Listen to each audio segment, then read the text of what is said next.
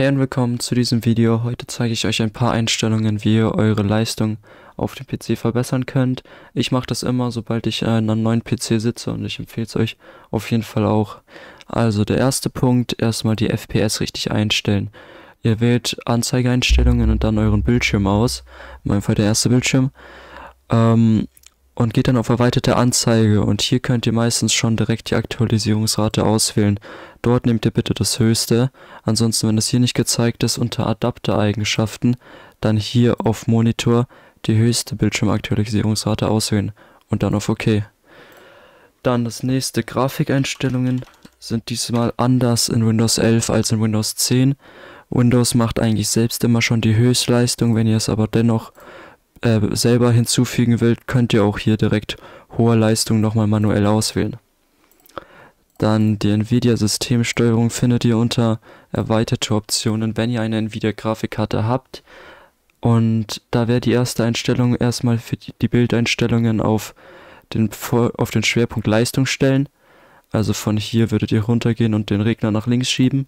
Und unter 3D-Einstellungen den Energieverwaltungsmodus auf maximale Leistung dann übernehmen. Und ihr könnt schon wieder verlassen. Dann Hintergrund-Apps heißen jetzt installierte Apps. Es gibt die Hintergrund-Apps nicht mehr als Punkt und ihr könnt sie auch nicht alle direkt deaktivieren, aber es gibt die Option, dass ihr zum Beispiel hier auf erweiterte Optionen geht und dann diese App darf im Hintergrund ausgeführt werden. Wird meistens sowieso von Windows auf energieoptimiert gestellt, ansonsten könnt ihr es auch manuell noch auf Nie stellen. Dann die Diagnosedaten findet ihr ganz einfach unter Einstellungen, Windows Update und dann erweiterte Optionen. Und hier gibt es dann Übermittlungsoptimierung, was ihr von anderen PCs Downloads ausstellt. Und die Diagnosedaten findet ihr unter Datenschutz und Sicherheit, Diagnose und Feedback. Und hier könnt ihr dann das aufklappen und optionale Diagnosedaten senden ausstellen. Hier steht auch die Notiz: Wenn Sie sich entscheiden, keine optionalen Diagnosedaten zu senden, bleibt Ihr Gerät genauso sicher und funktioniert normal. Also das einfach ausstellen. Dann, ich empfehle euch immer, die neuesten Updates zu installieren. Heißt, hier immer nach Updates suchen. Ich habe den neuesten Stand und auch die Treiber für die Grafikkarte, also zum Beispiel über GeForce Experience. Dann im Task Manager die Startup-Apps findet ihr hier.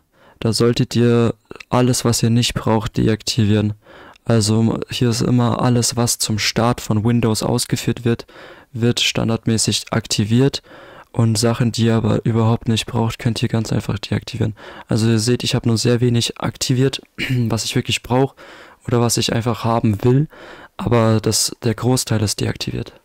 Dann den Energiesparplan wählt ihr. Jetzt bei mir ist es AMD Ryzen Balanced, weil das einfach schon ein Customized Plan ist für meinen Prozessor. Ansonsten wählt ihr hier aber Höchstleistung aus.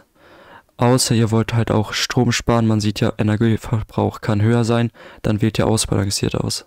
Aber mit Höchstleistung wird halt die Leistung bevorzugt. Dann die Xbox Game Bar.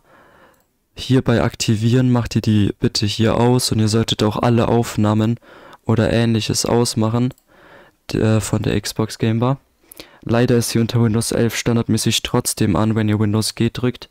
Und dann müsstet ihr entweder die mit einem Command löschen oder ihr müsst sie leider drauf behalten.